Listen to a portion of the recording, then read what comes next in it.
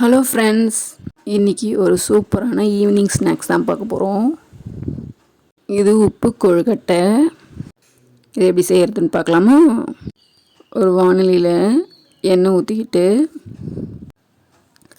அதில் கடலைப்பருப்பு உளுத்தம்பருப்பு போட்டு நல்லா ஃப்ரை பண்ணிக்கலாம்.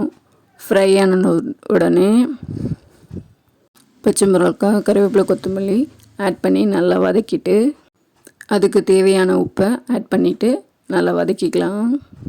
இதுக்கப்புறமா அரிசி ஊற வச்சு எடுத்து அரைச்சி வச்சுருக்கேன், அதையும் ஆட் பண்ணிவிட்டு நல்லா வதக்கி விட்டுக்கலாம்.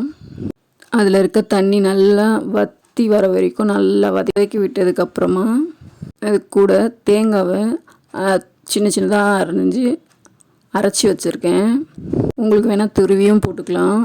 போட்டு அதையும் சேர்த்து நல்லா மிக்ஸ் பண்ணிவிட்டு நல்லா கட்டியாக உருண்டை பிடிக்கிற வரைக்கும் கலந்து விட்டுக்கலாம். நல்லா வந்ததுக்கப்புறமா குட்டி குட்டி உருண்டையாக பிடிச்சி எடுத்துக்கிட்டு இட்லி பாத்திரத்தில் வச்சுட்டு வேக வச்சு எடுத்தோம்னா உப்பு கொழுக்கட்டை ரெடி ஆகிடும். இது சூப்பராக இருக்கும், சிம்பிளாக செஞ்சிடலாம். இது பிடிச்சிருந்ததுன்னா லைக் பண்ணுங்கள், சப்ஸ்கிரைப் பண்ணுங்கள். நீங்களும் வீட்டில் ட்ரை பண்ணி பார்த்துட்டு எப்படி இருந்ததுன்னு சொல்லுங்கள்.